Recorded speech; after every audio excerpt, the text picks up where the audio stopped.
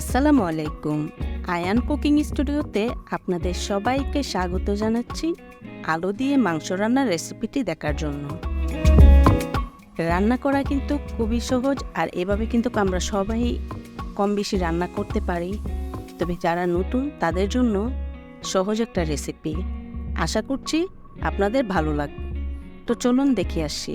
প্রথমে এখানে আমি মাংস নিয়েছি, খুব ভালোভাবে পরিষ্কার করে পানিটা ঝরিয়ে নিয়েছি।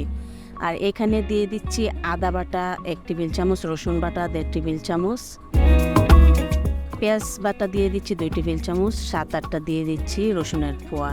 আর এখানে জিরা বাটা নিয়েছি, আর আমি সব বাটা মশলা ইউজ করছি। দিয়ে দিচ্ছি জিরা বাটা, এখানে 3 টেবিল চামচ পরিমাণ আছে, 1.5 টেবিল চামচ পরিমাণ দিয়ে দিচ্ছি, আর বাকিটা পরে অ্যাড করব। এখন দিয়ে দিচ্ছি ধনিয়া গুঁড়া 2 টেবিল চামচ, হলুদের গুঁড়া 1.5 টেবিল চামচ, আর মরিচের গুঁড়া 2 টেবিল চামচ। পরিমাণ মতো লবণ দিয়ে দিচ্ছি। 3-4টা তেজপাতা, আর দিয়ে দিচ্ছি শুকনা মরিচ 3টা, দারচিনি দিয়ে দিচ্ছি 3 টুকরো, লবঙ্গ দিয়ে দিচ্ছি 4-5টা, আর ছোট এলাচ দিয়ে দিচ্ছি।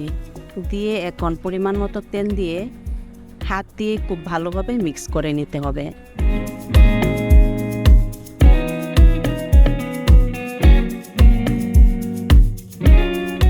এখন ঢাকনা দিয়ে হাই হিটে রান্না করব কিছুক্ষণ। এই পর্যায়ে আমি কোনো প্রকার পানি অ্যাড করিনি। কিছুক্ষণ রান্না করার মধ্যেই মাংস থেকে অনেকটাই পানি ছেড়ে আসছে।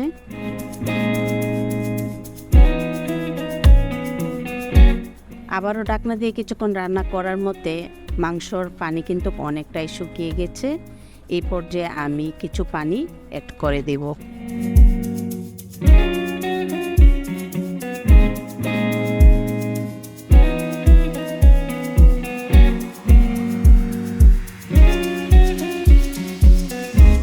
এরকমভাবে মাংস রান্না কিন্তু আমরা সবাই করতে পারি, আর যারা নতুন তারা কিন্তু খুব সহজে আমার এই রেসিপিটা ফলো করতে পারেন।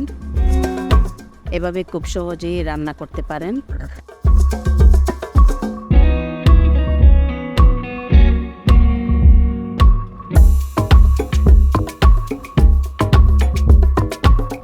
আবারও কিছুক্ষণ রান্না করার মধ্যে 80% মতো মাংসটা সিদ্ধ হয়ে গেছে, আর আমি এখানে আলু অ্যাড করে দিচ্ছি। আলুটা আমি একটু বড় সাইজ করে কেটে নিয়েছি, এখন দিয়ে দিচ্ছি।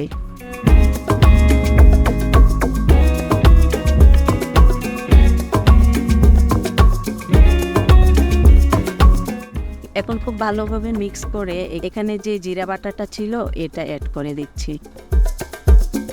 জিরা বাটাটা পরে ইউজ করলে সুন্দর একটা স্মেল আসে। আর এখন দিয়ে দিচ্ছি রাঁধুনি, আর এখানে আমি রাঁধুনি দিয়ে দিচ্ছি হাফ টেবিল চামচ।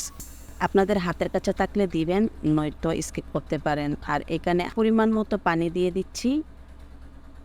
পানি দিয়ে আবারও এখন কিছুক্ষণ ঢাকনা দিয়ে রান্না করব, যতক্ষণ না পর্যন্ত আলুটা সিদ্ধ হয়ে আসে।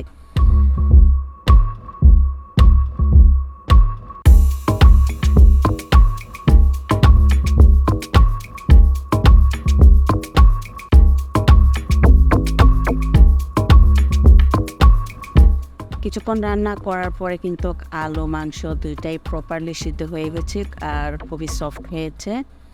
এই পর্যায়ে আমি চুলাটা অফ করে দেব। এভাবেই কিন্তু আমরা খুব সহজেই আলু দিয়ে মাংস রান্না করতে পারি। ভিডিওটি যারা ফেসবুক পেজ থেকে দেখছেন প্লিজ ফলো করে দেবেন, আর যারা ইউটিউব থেকে দেখছেন প্লিজ সাবস্ক্রাইব করে দেবেন। লাইক কমেন্ট শেয়ার করতে ভুলবেন না। আর ভিডিওটি যদি আপনাদের ভালো লাগে ফ্রেন্ডস অ্যান্ড ফ্যামিলির সাথে শেয়ার করতে পারেন। সবাই অনেক বেশি ভালো থাকবেন। আল্লাহ হাফেজ।